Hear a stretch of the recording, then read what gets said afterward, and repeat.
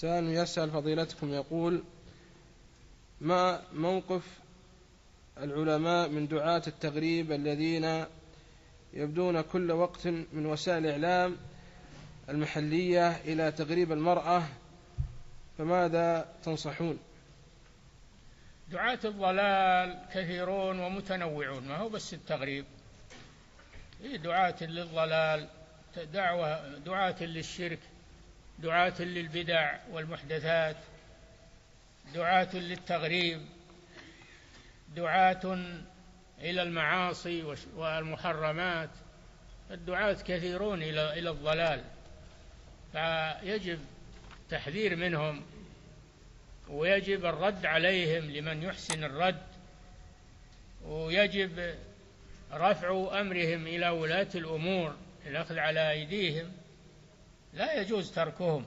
نعم.